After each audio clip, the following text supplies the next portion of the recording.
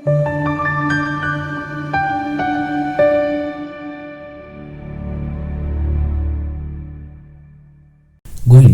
kakhulu ukukhuluma nawe kwi-channel kama kuPastor Nick channel iNewFlick. Siyabonga nje ukuthi ubheka lo mfanekiso oqoshiwe. uNkulunkulu akakulonde kubusise kwenze lokuhle. Nakuko kubalekile ukusubscribe, ukulike nokuba imember ye-channel kuyasithokozisa lokho. Kanti ungaphinde unikele uma unaso isifiso nothando lokuphosa ijizivaneni. Ungayisebenzisa le-account number noma usebenzise ezinye indlela okulula ukuthi uyisebenzise wena ngakwelakho uhlangothi. Siyacela ukuthi inamba isetshenziswe kakhulu abantu abangamalunga le-channel, abantu abangama-followers ale-channel. Kusuka ngo-9 ekuseni ku-5 ntambama. Ungayisebenzisi-ke i-WhatsApp futhi ungayisebenzisi into ebizwa ngama-SMS imqhafazo. Senza kuma-calls kuphela direct nakhona. Asikho isidingo sokungibuza igama, kodwa isakho sokuthi uyichaze wena igama mhlawumbe nesibongo bese ufuna noma ucela lokufuna ukusizakala kuno kuphela. Namhlanje yena sibeke uthoko la wakambatha uthi ngicela usizo mina ngiphupha umngane wami enolimo olude, kodwa ke lwaphinde lwancipha lwabile emlonyeni. Ushuthi la her friend had a long tongue out of her mouth, but eventually ulimi lwabela phakathi lwancipha.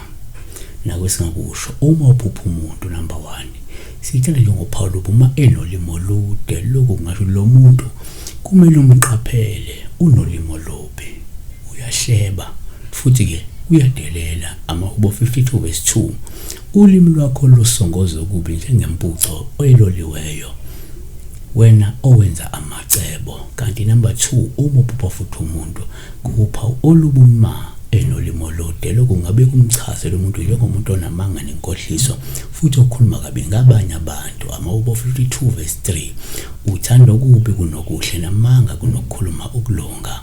Uthanda onke amazwi okubhubhisa wena lulimi lwenkohliso. Kanti Izaga 26 verse 28, ulimi lwamanga luyazonda oluchobosileyo nomlomo othophayo usebenza incithakalo. Kanti number 3, simathi thina uma ububhala umuntu kungaba uphawu esingathatha njengolobuma enolimo olude, lokho kungasho lo muntu kungenzeka kunempakamo futhi uyathanda ukugxambukela indabeni zabanye abantu aphinda aqabanise. EkaJakobe 3 verse 5, lunjalo ke nolimi luyisithi esincane kanti ke luyazigabisa kakhulu. Bhekani nomlilo omncane futhi isaki ihlathi elingaka. Nolimi lungumlilo, ulimi lumi luyizwe lokungalungi phakathi kwezitho zethu. 4, kuyenzeka futhi ngesikhathi uphupha umuntu kube upha oluhleke kwesinye isikhathi uma enolimi olude, lokho kungabe kuchaza ukuthi lona muntu unali ikhono lokubeka udaba liswakale. Lo muntu unali ikhono lokubeka umbono uzwakale. Noma uyakwazi ukwethula inkulumo kahle futhi icace bha kwabanye abantu. Namona noma uyakwazi ukuzimela, uyakwazi ukuzikhulumela. EkaJakobe 3 verse 9, ngalo ulimi sibonga inkosi uBaba. Kanti Izaga 15 verse 4, ulimi oluthulayo lungumuthi wokuphila, kepha ukuphambanisa kwalo kungokuchotshozwa komoya. Izaga 31 verse 26, uyawuvula umlomo wakhe ngokuhlakanipha nomthetho womusa usolimini lwakhe.